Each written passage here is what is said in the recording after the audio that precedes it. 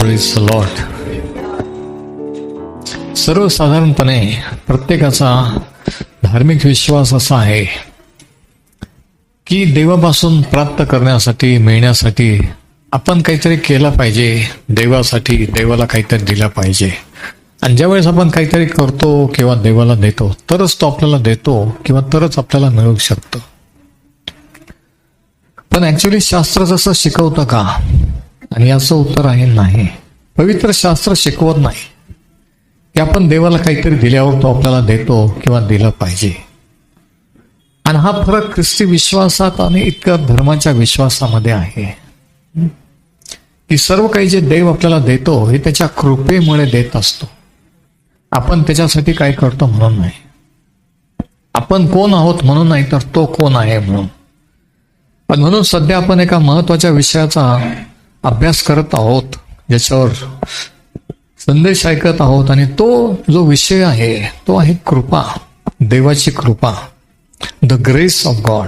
कृपा याचा अर्थ मर्जी किंवा फेवर. आणि आज आपण पाहू आजच्या संदेशामध्ये की कृपा आणि कर्म आणि आपल्याला कृपेची का गरज आहे.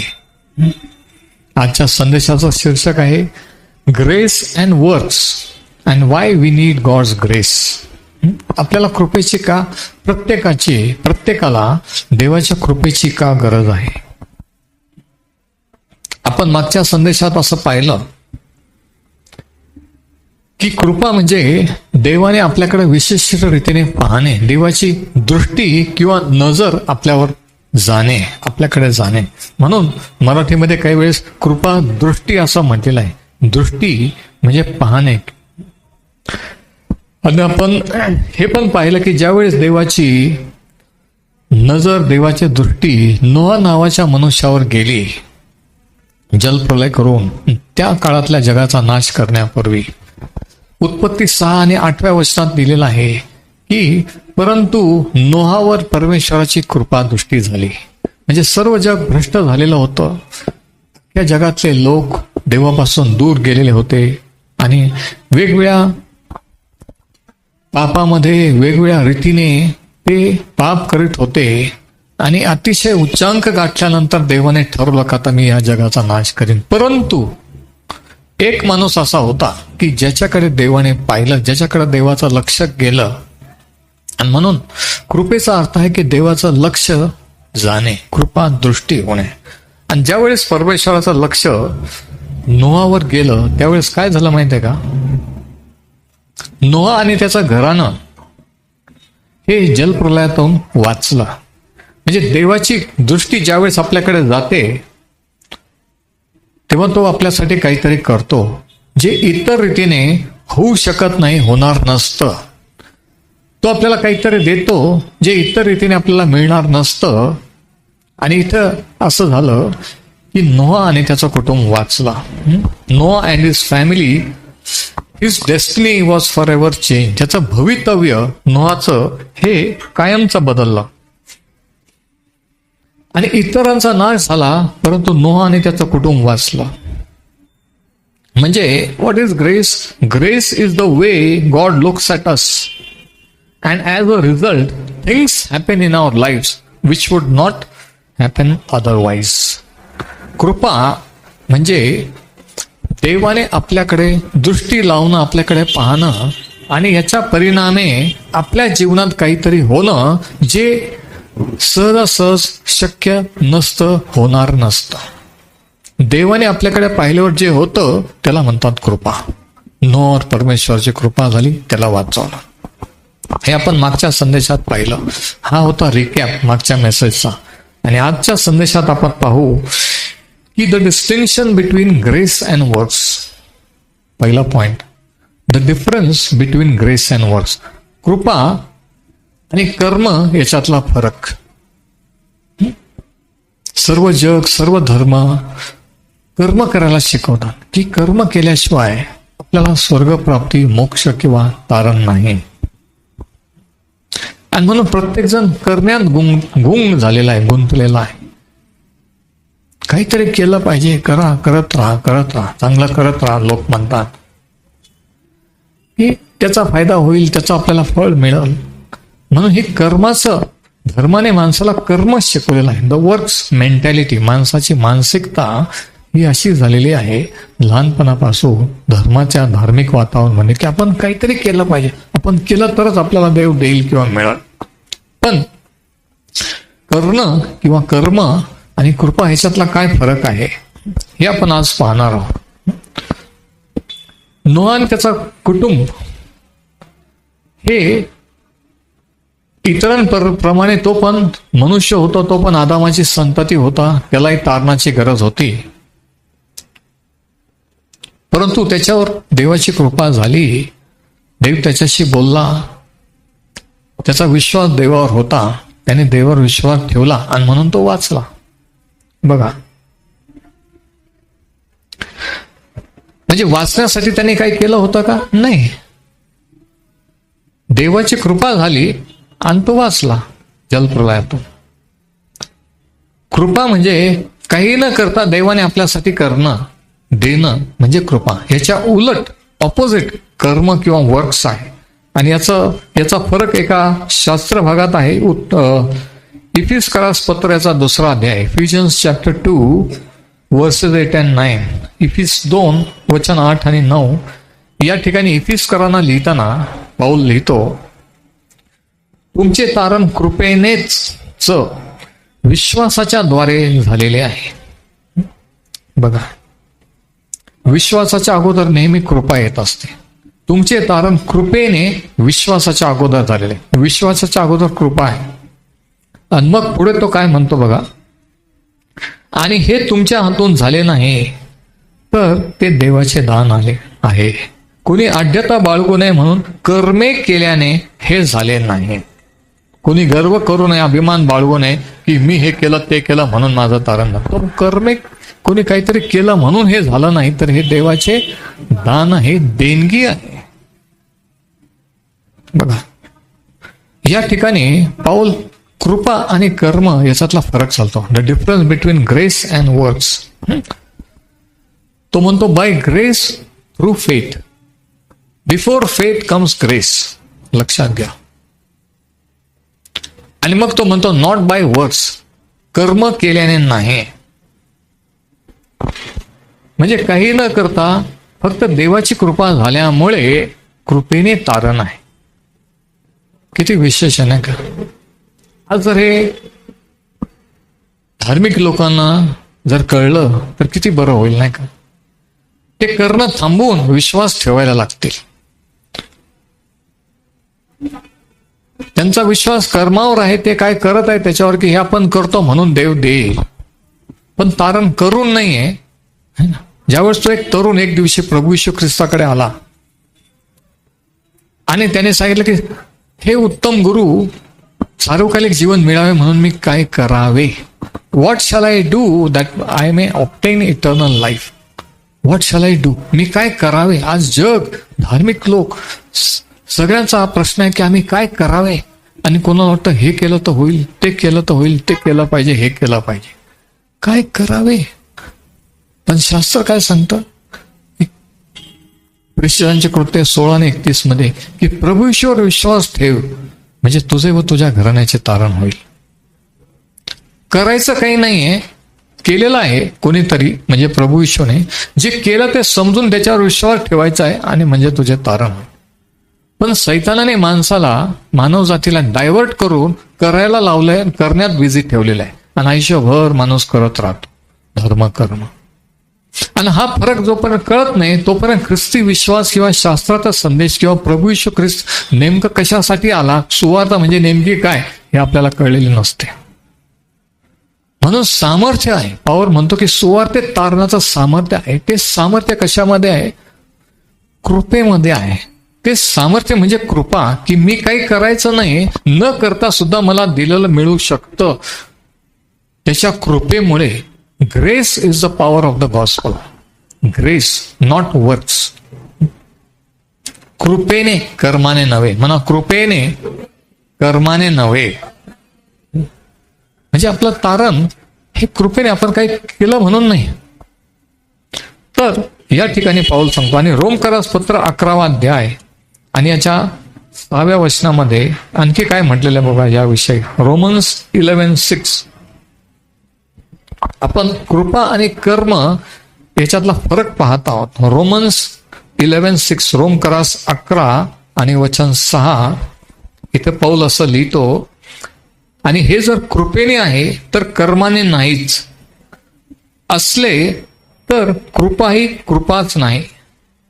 म्हणजे तो म्हणतो की जर कृपेने आहे ते कर्माने नाही, आणि कर्माने आहे तर कृपेने नाही.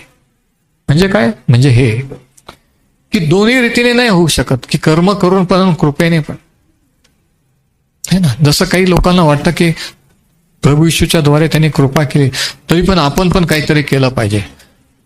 आपण काहीतरी केलं पाहिजे असं वाटणं म्हणजे त्यांनी जे केलं ते पुरेसं नाही, आपण त्याच्यात भर टाकणं असं आहे.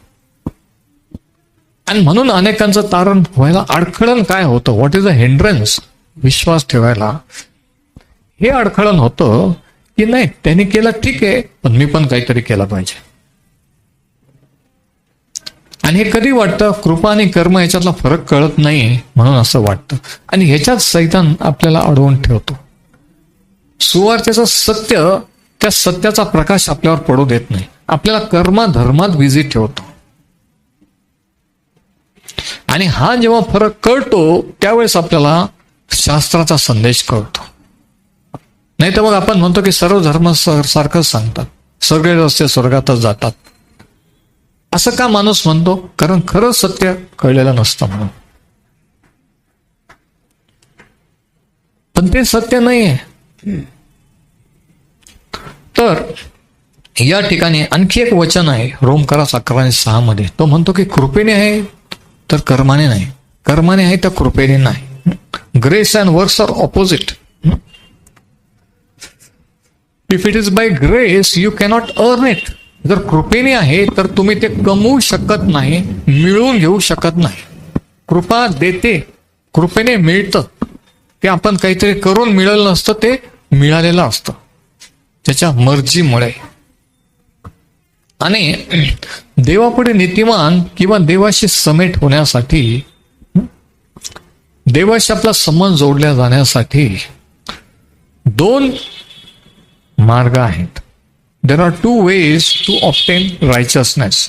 पुढचा पॉइंट, नीतिमान ठरण्याचे किंवा तारणाचे 2 मार्ग आहेत शास्त्रात सांगितलेले. पहिला आहे नियमशास्त्र आणि दुसरा ख्रिस्त. There are 2 alternative ways to obtain righteousness, law and grace. एक तर नियमशास्त्र पाळून, नियमशास्त्रातील कर्म करून, आज्ञा पालन करून, ते सगळे विधी करून, किंवा ते काही न करता फक्त ख्रिस्तावर विश्वास ठेवून. हे 2 ऑल्टरनेटिव्ह, 2 पर्यायी मार्ग आहेत. आणि law demands works but Christ offers grace. नियमशास्त्र आपल्याला करायला लावते, पण ख्रिस्त आपल्यावर कृपा करतो. नियमशास्त्र सांगतं की हे कर, ते करू नको, पण ख्रिस्त म्हणतो की तुला काही करायची गरज नाही, मी सर्व तुझ्या वतीने केलेलं आहे, नियमशास्त्र पाळलेलं आहे, तू माझ्यावर विश्वास ठेव, मी तुझं तारण करेन. आणि मग आपण करणं थांबवतो आणि त्याच्यावर विश्वास ठेवतो आणि माणसाचं तारण होतं. आणि म्हणून प्रभू येशू म्हणतो की अहो कष्टी व भाराक्रांत जन हो, तुम्ही सर्व माझकडे या. कष्ट करणारे, भाराक्रांत कोणत्या भाराने? नियमशास्त्राच्या भाराने, की एवढं केलं पाहिजे, शब्दात पाळले पाहिजे, एवढे अर्पण आणले पाहिजे, एवढ्या आज्ञा पाळल्या पाहिजे तर आशीर्वाद आहे, नाही तर नाही. हे सगळा भार. आणि हे नियमशास्त्र असून एवढी लोकांनी अजून नियम करून जवळजवळ 600 आज्ञा त्याला ऍड केलेल्या होत्या, आणि ह्या भाराखाली एवढी लोक दबले गेलेले होते. हे लेखी देवाचं नियमशास्त्र plus oral laws of the scribes and Pharisees, शास्त्री पुरुषांचे तोंडी नियम जे देवाने दिले, ते पण नियम त्याच्यात ऍड करून पूर्ण पॅक केलेलं होतं. आणि लोक बेजार झालेले होते की आपण करूच शकत नाही, काहीच नाही. आणि म्हणून ज्यावेळेस प्रभू येशू जगात आला आणि जेव्हा त्याने उपदेशाला सुरुवात केली, तो डोंगरावर जाऊन बसला, सगळी पब्लिक जमली, शिष्य जमले, आणि सर्व लोक श्वास रोखून हे पाहत होते की आता तो आणखी कोणते नियम सांगणार स्वर्गाच्या राज्यात जाण्याचे. आमची ऑलरेडी आम्ही दबलेलो आहोत. एवढा नियमशास्त्राचा भार, हे केलं पाहिजे, ते नाही केलं पाहिजे, रूढी परंपरा यहुद्यांच्या, आणि आणखी तो काही सांगतो का? आणि म्हणून ते बसले. आणि जेव्हा त्याने ऐकलं, जेव्हा तोंड उघडून तो बोलू लागला, असं मत्तई 5:3 मध्ये म्हटलेलं आहे. आणि पहिलं वाक्य जे त्याने उच्चारलं ते हे, जे आत्म्याने दीन ते धन्य, कारण स्वर्गाचे राज्य असल्यांचे आहे. आणि असं म्हटल्याबरोबर किती शांतता झाली असेल त्या पब्लिकमध्ये, विचार करा. अरे आपल्याला वाटलं की तो काहीतरी करायला सांगेल, हे केलं पाहिजे, ते सोडायला पाहिजे, पण काहीच सांगितलं. उलट तो म्हणतो की जे आत्म्याने दीन, ज्यांना जाणीव आहे की आपण आत्म्याने कमी पडलेलो आहोत, पापी आहोत, तो म्हणतो ते आशीर्वादी, ते धन्य, कारण स्वर्गाचे राज्य असल्यांचे आहे. आणि मग त्यांच्यामध्ये उत्साह हुरूप आला, आणि मग ते अजून ऐकायला लागले. आणि मग पुढे तो म्हणतो की जे शोक करणार ते धन्य, कारण त्यांना सांत्वन प्राप्त होईल. की जे दीन आहेत, पापी आहे, त्याची जाणीव होऊन जे शोक करतात, पश्चाताप करतात, देव त्यांचं सांत्वन करील, त्यांच्या पापाची क्षमा करून. आणि अशा प्रकारे तो देवाच्या राज्याची सुवार्ता गाजवत होता. सुवार्ता ही आनंदाची बातमी आहे. तर नियमशास्त्र सांगतं कर्म करा, हे करा, ते करा, आणि ख्रिस्त म्हणतो की मी तुमच्या वतीने केलेलं आहे. I have done it on behalf of you. योहान शुभवर्तमान याचा पहिला अध्यायाच्या 17व्या वचनामध्ये हे दोन पर्याय किंवा हे दोन ऑल्टरनेटिव्ह, हे दोन मार्ग तारणाचे देवाकडे जाण्याचे सांगितले. योहान 1 आणि 17. आणि हेच दोन मार्गाने, ह्या दोनपैकी एका मार्गाने आज प्रत्येक जण चाललेला आहे. John gospel according to John 1 and verse 17. नियमशास्त्र मोशेच्या द्वारे दिले होते, कृपा व सत्य ही येशू ख्रिस्ताच्या द्वारे आली.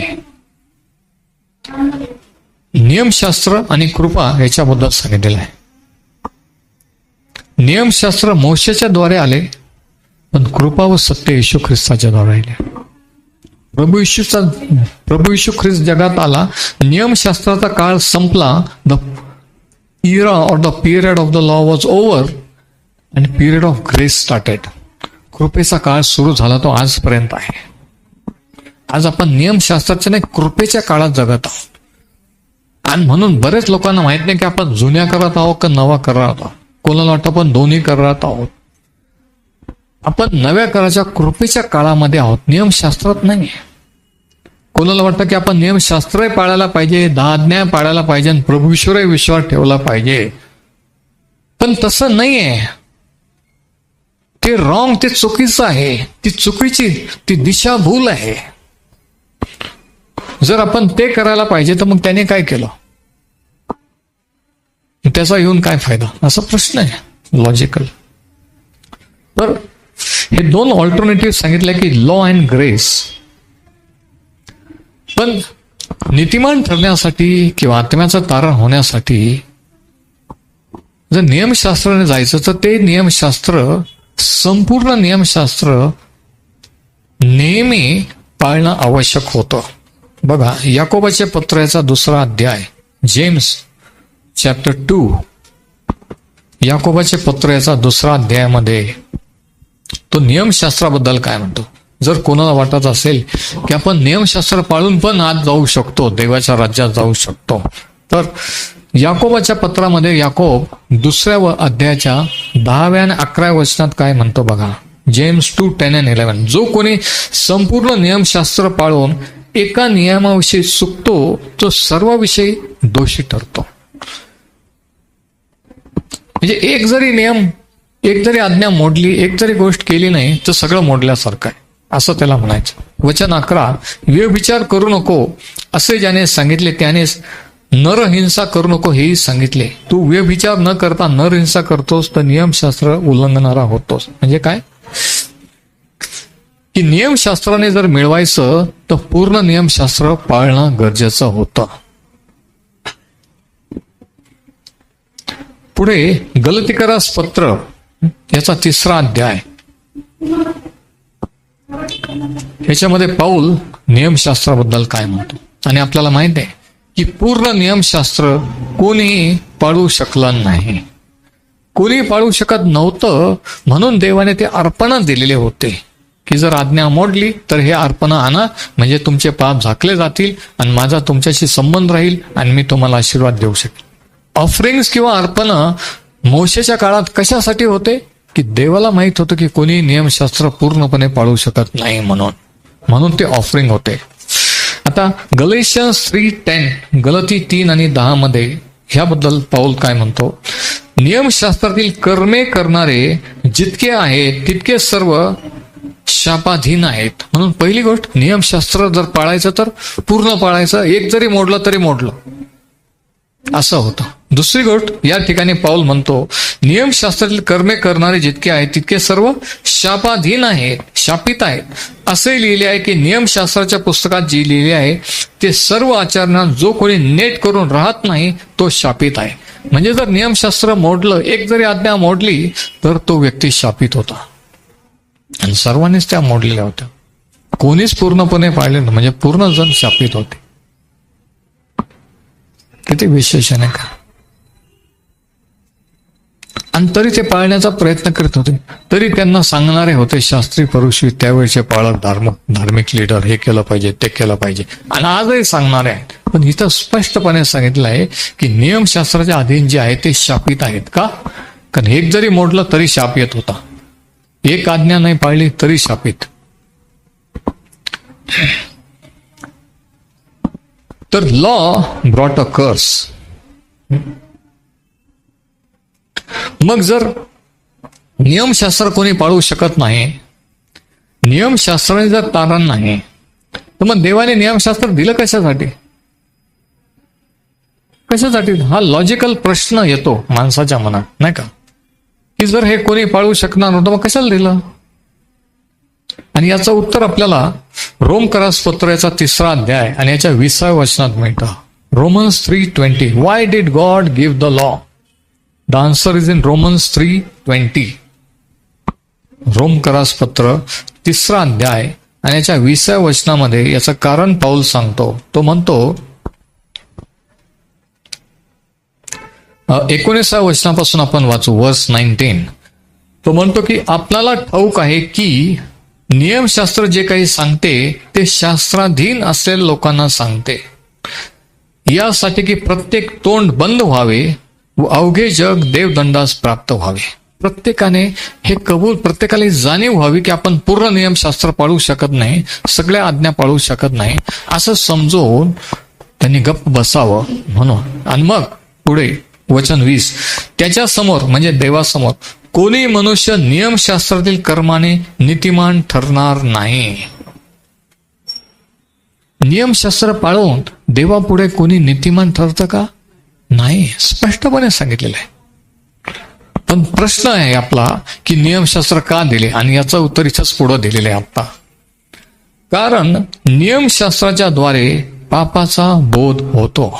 Bye the law is the knowledge of sin. By the law is the awareness of sin. नियमशास्त्राने काय होतं?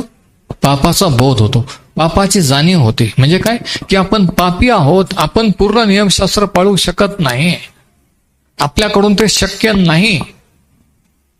देवाचं हे स्टँडर्ड नीतिमान ठरवण्याचं खूप हाय आहे, उंच आहे, आपण तिथपर्यंत पोहोचू शकत नाही, आपली लेवल एकदम खाली आहे, ह्याची आपल्याला जाणीव होते. म्हणून दिलेले.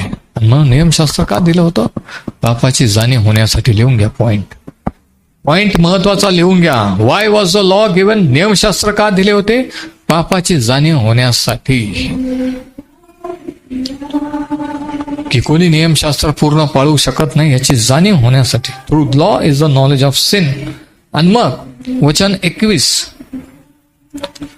रोमकरास पत्र 3 आणि 21 पुढे तो म्हणतो, आता नियमशास्त्र विरहित असे जे देवाचे नीतिमत्व ते प्रगट झाले आहे.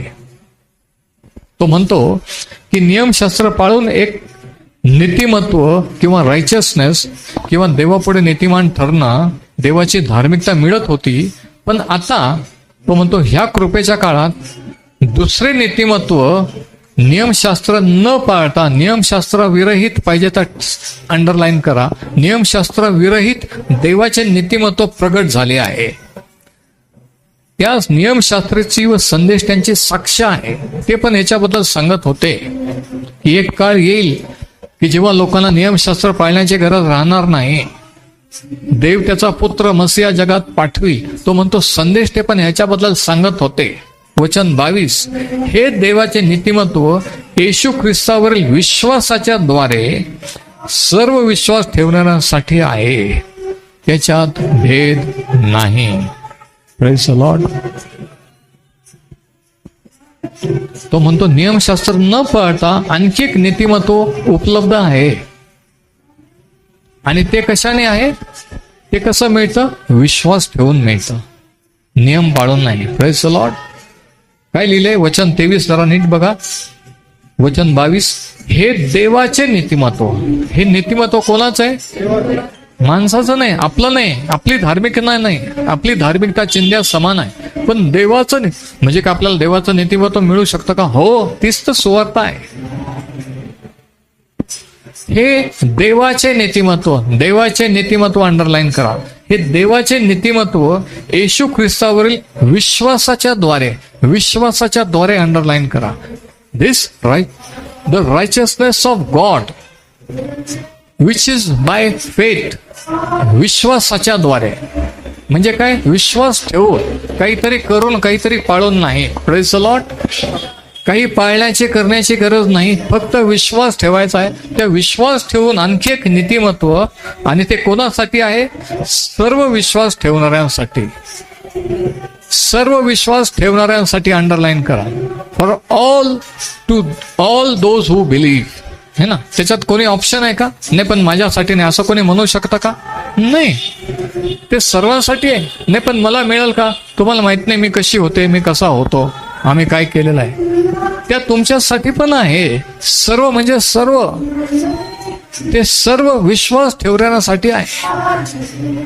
आणि म्हणून काही वेळेस विश्वास ठेवणं हे काहीतरी करण्यापेक्षा जास्त अवघड जातं. माझा पॉइंट लक्षात घ्या.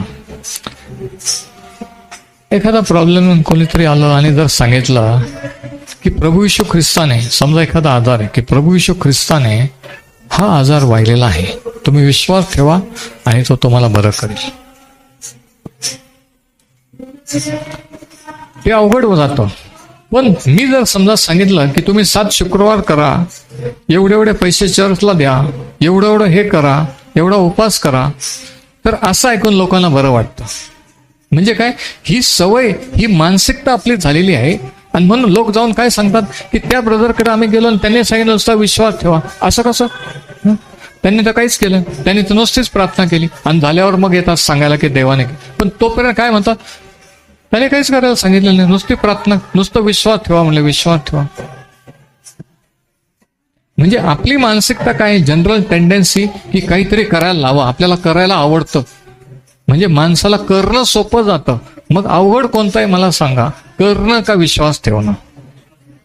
पण ते अवघड जातं. आणि कोणाला अवघड जातं? जे लहानपणापासून धार्मिक आचरण किंवा कर्म धर्म करत आलेले असतात, त्यांना एकदम सांगणं की हे स्टॉप कर, ते रॉंग आहे, ते करायची गरज नाही, त्यांना एकदम राग येतो, एकदम चिड येते. असं कसं म्हणता?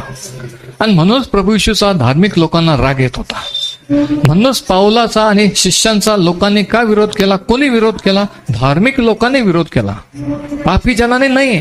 पापी जन आनंदाने प्रभू येशूचा स्वीकार करत होते, पण विरोध कोण करत होतं? धार्मिक लोक. म्हणजे धर्म माणसाला कर्म करायला लावतो, आणि धर्म कर्मामुळे असल्यामुळे माणूस सुवार्तेवर विश्वास ठेवू शकत नाही आणि धार्मिकांचं तारण होऊ शकत नाही. म्हणून प्रभू येशू ख्रिस्त म्हणतो, मी धार्मिकाच नव्हे तर पापी जनांना तारण. धार्मिकाच्या डोक्यात जाणं, धार्मिकाने हे मान्य करणं की आपण पापी आहोत, हे बुद्धीला न पटणार आहे.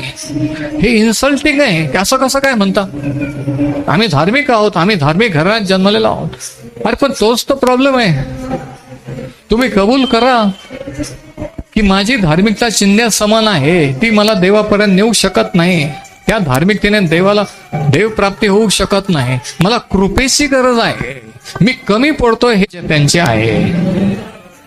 आत्म्याने दिन हे मान्य करतात, तो म्हणतो त्यांचं स्वर्गाचं राज्य आहे. म्हणून the greatest opposition to the gospel is through religion. म्हणून gospel is not a religion. सुवार्ता हा धर्म नाही. धर्म सांगतो हे केलं पाहिजे, ते नाही केलं पाहिजे म्हणजे धर्म. सुवार्ता काय? काहीच करायचं नाही, प्रभू येशूने जे केलं त्याच्यावर विश्वास ठेवता, ही सुवार्ता. Praise the Lord. हा जर फरक कळला नाही तर शास्त्रच कळलं नाही. हा जर फरक कळला नाही तर चर्चला येऊन काही फायदा नाही. हा मेन फरक आहे इतर धर्मामध्ये आणि ख्रिस्ती विश्वासामध्ये, की प्रत्येक धर्म सांगतो की हे करा ते करा, पण ख्रिस्ती विश्वास बायबल सांगते की काही करून सुद्धा आपण तिथपर्यंत जाऊ शकत नाही. आपण कमी पडतो हे मान्य करा. आपल्याला कृपेची गरज आहे, त्या कृपेवर विश्वास ठेवा आणि तारण स्वीकारून घ्या. बघा, दोन ऑल्टरनेटिव्ह. तर ह्या 22व्या वचनात तो म्हणतो की देवाचे नीतिमत्व येशू ख्रिस्ताच्या द्वारे सर्वांसाठी उपलब्ध केलंय, त्याच्यात भेद नाहीये. मग तो यहुदी असो ग्रीक असो. आणि म्हणून आपण आज पाहिलं, पाऊल म्हणतो मला सुवार्तेची लाज वाटत नाही, प्रसिद्ध रोमकरास 1:16 कारण प्रत्येक विश्वास ठेवणाऱ्यास तारण होण्यासाठी किंवा त्याचं तारण करण्यासाठी त्या सुवार्ता तिच्यात म्हणजे सुवार्तेत देवाचं सामर्थ्य आहे. तो म्हणतोय आनंदाची बातमी काय आहे की तारण किंवा पापांची क्षमा ही देवाची फ्री ऑफर आहे मानव जातीला. तो काही अटी शर्ती घालत नाही, अनकंडिशनल, विना अट विना शर्त हे उपलब्ध केलेलं आहे. म्हणून सुवार्ता इतकीच चांगली आहे की खरंच वाटत नाही असं कसं म्हणतो बरोबर. म्हणून सुवार्ता सांगितलं जोपर्यंत कोणी म्हणत नाही असं कसं म्हणतात, तोपर्यंत समजायचं की त्याला सुवार्ता कळलेली नाही. कारण जेव्हा कळल तेव्हा पहिल्याने तो म्हणे की असं कसं म्हणजे काय, मी काहीच करायचं नाही का. म्हणजे तिथून सुरुवात झालेली आहे शास्त्र कळायला, प्रभू येशूचा संदेश कळायला. Praise the Lord. म्हणजे बघा, धर्माने आपल्याला किती आंधळ केलेलं होतं. आज कितीतरी असंख्य लोक धर्मात किती आंधळे झाले. धर्मांधता की नाही आपण खूप केलं पाहिजे, आपण हे केलं पाहिजे, करण्यात बिझी, करण्यात. होल नाईट प्रेयर त्या दिवशी जालन्याला होतो आणि कोणीतरी म्हटलं आणि निघताना आग्रह केला आणि ते म्हटले की बाळक साहेब आमच्याकडे होल नाईट प्रेयर असते, तुम्ही एकदा होल नाईट प्रेयरला या ना. म्हटलं ठीक आहे, होल नाईट प्रेयरला येईल. म्हणजे इतके बेजार झालेले करून की रात्रभर प्रार्थना, कडक उपास, रात्रभर प्रार्थना. मग आपल्याला वाटतं की हा खूप केलं, आत्ता देव माझं ऐकल. पण हीच फसवणूक आहे. याच्यातूनच, ह्या फसवणुकीतून मुक्त करणारी येशू ख्रिस्ताची सुवार्ता आहे.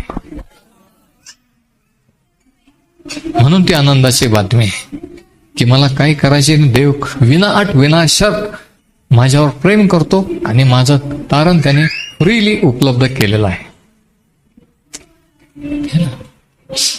तर वचन 23, कारण सर्वांनी पाप केले आहे आणि देवाच्या गौरवाला अंतरलेला आहे.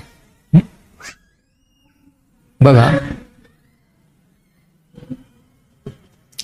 आता 22व्या वर्षामध्ये एक महत्वाची गोष्ट, हे देवाचे नीतिमत्व येशू ख्रिस्ताच्या द्वारे, विश्वासाच्या द्वारे सर्व विश्वास ठेवण्यासाठी आहे असं लिहिलंय. पण इथं एक महत्वाचा शब्द कट झालेला आहे जो ओरिजिनल ग्रीकमध्ये मोफत आहे. इंग्लिशमध्ये ते आहे given freely by his grace. म्हणून इंग्लिश बायबल असलं तर फ्रीली अंडरलाईन करा, हे सगळं फ्री आहे. Praise the Lord. देवाचं नीतिमत्वाची ऑफर, देव विश्वासाने नीतिमान ठरवणं हे मोफत आहे. ते काहीतरी देवाला देऊन मिळत नाहीये. Praise the Lord. म्हणून देण्याचे प्रयत्न करत आला असाल तर आजच ते प्रयत्न थांबवा आणि विश्वास ठेवाने घ्या.